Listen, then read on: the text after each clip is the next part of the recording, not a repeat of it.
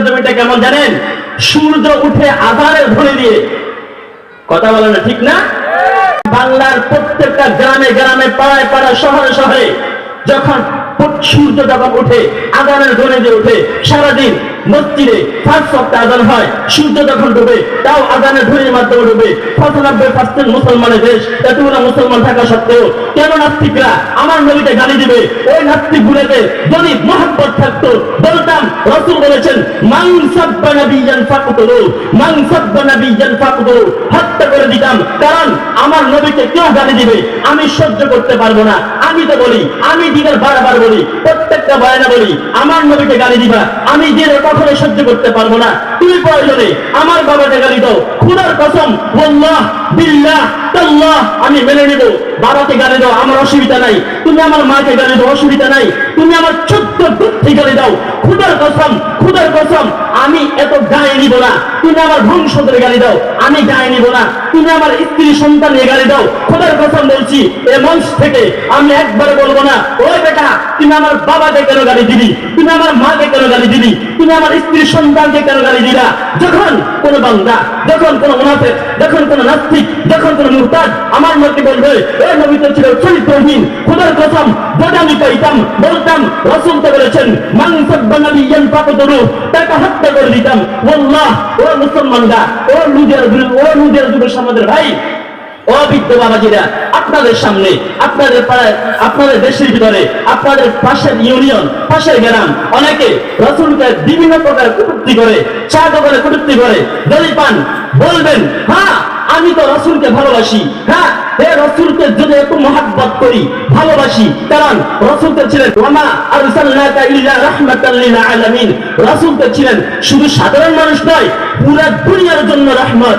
রাসূল যেমন ছিলেন মানুষের জন্য রহমত, তেমন রাসূল ছিলেন প্রত্যেকটা প্রাণীর জন্য রহমত। রাসূল আসমানের জন্য রহমত, রাসূল জমিনের জন্য রহমত, রাসূল পুরো আলামের জন্য রহমত। ওই রাসূলকে কেউ গালি দিবে স্পষ্ট ঘোষণা, কল্লা কেটে ফেলে দিবে। কথা বলেন ঠিক না? অতএব এক কথা শেষ, আপনারা আমাদেরকে গালি দেন, অনেকে আমগো হুজুর করে গালি কম দেই, মাথা না কম দেয় না, এবং আমরা হৃদয়ের ব্যথা থেকে বলছি আপনি আমাকে গালি দেন, খোদার কসম প্রথমে বললাম আমি বলবো না আমাকে গালিটা কে দিয়েছে, বলবো না।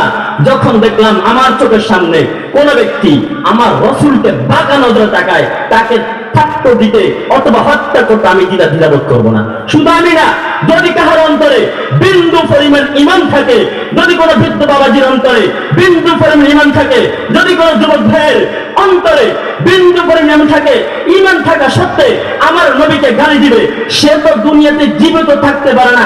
আরে রাষ্ট্রীয় আইন মাইন করে বহু দেখেছি, আমার নবীকে গালি দিয়েছে, মামলা করেছি, বহুত করেছি, অনেক যুদ্ধ সংগ্রাম করেছি, অনেক মিছিল করেছি, সরকার মাথায় নাই নেই, প্রশাসন মাথায় নাই নেই। অতএব যখন প্রশাসন এগুলো মাথায় নিবে না, হ্যাঁ প্রশাসনের তখন আমাদেরকেই করতে হবে। কথা বলেন ঠিক না? রাসূলের ভালোবাসা, প্রেম, মহব্বত অন্তরে থাকবে, এখন আছে, সারাটা জিন্দেগি থাকবে। কেউ যখন রাসূলকে গালি দিব তাকে থাকতে দেওয়া যাবে না। কথা বলেন, তাকে কি দেওয়া যাবে না? থাকতে দেওয়া যাবে না।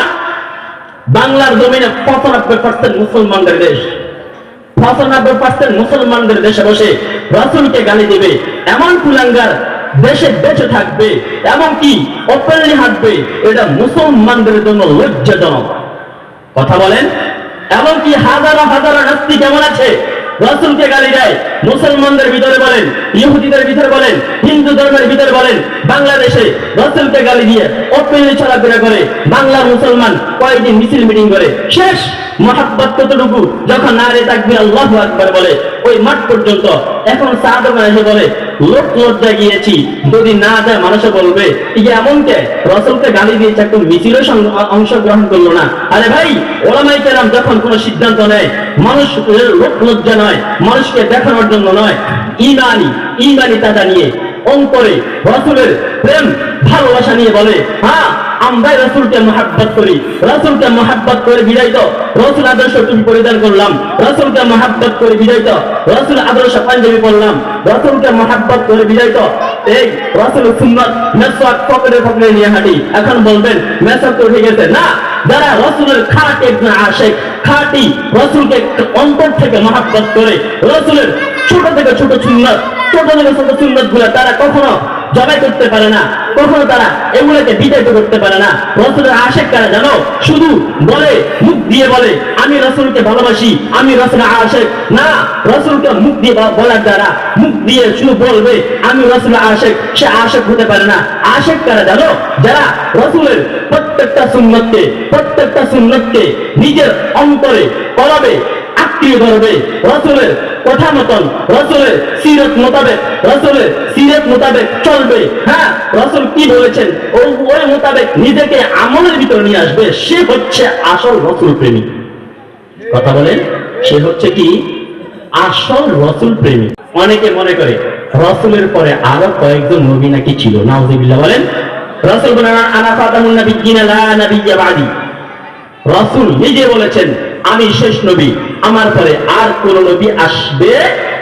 এখন কেউ যদি বলে হ্যাঁ অমুক তো ছিল, রাসূলের পরে আরেকজন নবী, মানতে প্রস্তুত, হ্যাঁ মানা যাবে, মনে করবেন সে টাটকা কাফের। বলে টাটকা, কারণ যে ব্যক্তি রাসূল হাদিসকে অস্বীকার করে সে কাফের হয়ে যায়, যে ব্যক্তি কোরআন অস্বীকার করে সে কাফের হয়ে যায়।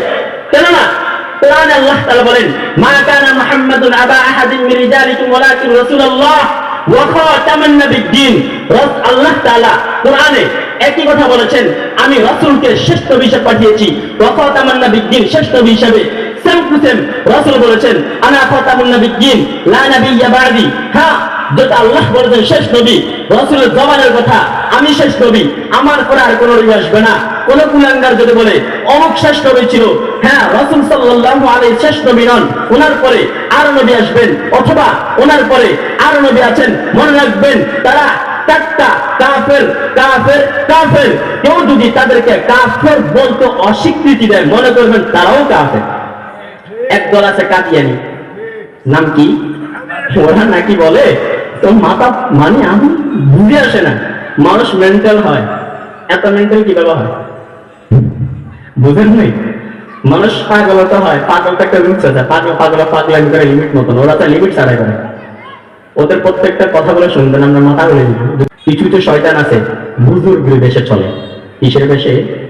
যেমন একটা উদাহরণ দিই, হযরত আদম আলাইহিস সালাম আর হাওয়া আলাইহিস সালাম যখন জান্নাত আল্লাহ তাআলা রাখলেন, একজন লোক, এক শয়তান ইবলিস পাগড়ি মাথায় পরে টোকা দিচ্ছে জান্নাতের ভিতরে, এভাবে। তো কোন কে? আমি আল্লাহ তাআলার পক্ষ থেকে আসা ফেরেশতা, পাগড়ি হলো। তখন তাদেরকে ধোঁকা দিতে শুরু করলো। ইতিহাস অনেক লম্বা, বলতে পারবো না। সেম টু সেম শয়তানও জানে কি, শয়তানও কি বুজুর্গি বেশ ধরতে পারে। অতএব আমরা বাংলার জমিনে কোন বুজুর্গি বেশ ওয়ালা লোককে সাপোর্ট করব না, যদি সে ইসলামের বাহিরে চলে। কথা বলেন, যদি সেই ইসলামের বাহিরে, তাকে আমরা সাপোর্ট করবো না, রিজেক্ট করবো, তাকে তাড়িয়ে দিব ইনশাআল্লাহ। বলেন, এক কথা শেষ। রাসূলের প্রেম ভালোবাসা অন্তরে রাখার জন্য প্রস্তুত আছে কিনা? বলেন, প্রস্তুত আছে ইনশাআল্লাহ।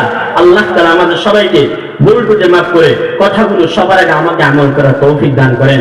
ওয়া মা আলাইনা ইল্লাল বালাগ। আসসালামু আলাইকুম ওয়া রাহমাতুল্লাহি ওয়া বারাকাতুহু।